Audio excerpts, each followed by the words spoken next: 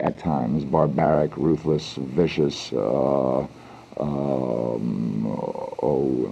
just all the sad things that have created war after war after war, and then the terrible need for vengeance after a war, and the terrible need to say they and they against us, and you and I are better than they, and they are not as they started it, and we'll finish it, and we fixed it, and that kind of thing.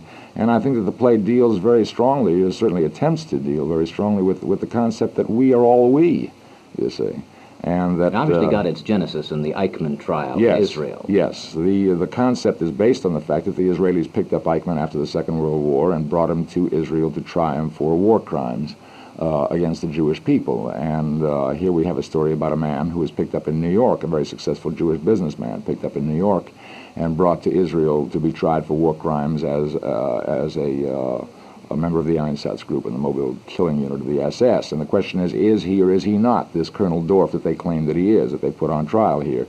And during the course of the trial, I think we begin to wonder whether or not this trial should ever have taken place, and whether or not trials of this kind really mean anything, and what do they really say? What are these trials for? Is it a way of people getting their emotions out, or is it really justice, you see? These are some of the questions that are raised.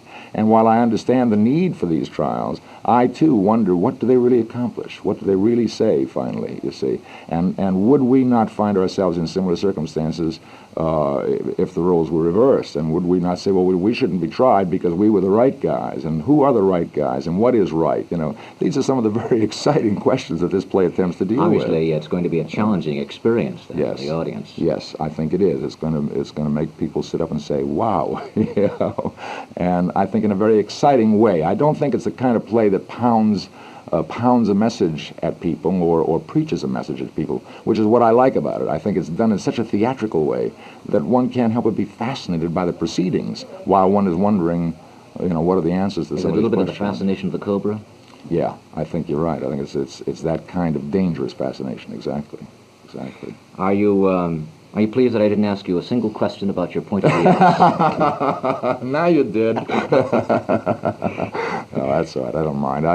I've been asked about my point of view many, many times, and I've gotten used to that as being the element that first brought me to broad public attention. And I think that in most cases, public personalities start with some kind of a specific characteristic, whether it's a voice, or whether it's the ears, or whether it's a way of walking, or Jimmy Cagney with his voice and his belt business and stuff. Well, it certainly was a memorable characterization in Star Trek, which, of course, is still on reruns. We run it every Saturday evening here. It's still very popular, and I'm very proud of it. I'm very proud of Star Trek. I'm very proud of the character that I played in Star Trek. It was a great opportunity for me. What about your 2 seasons with Mission Impossible? That was very exciting because it gave me a chance again to begin stretching out of Spock. When I finished with Spock, the big question was, what shall I do? What kind of character do I do to follow this? And Mission offered me a great variety of roles. I played in the first season in 24 to 25 shows. I think I played 50 or 60 different characters. Yes. In some shows I did 4 or 5 different characters, sometimes so completely disguised that the audience didn't know it was me, you know. So and now theater, live theater, is an extension of that. Right. I hope to keep the whole ball going in the sense that I'll be doing as wide a variety of material as possible in the future.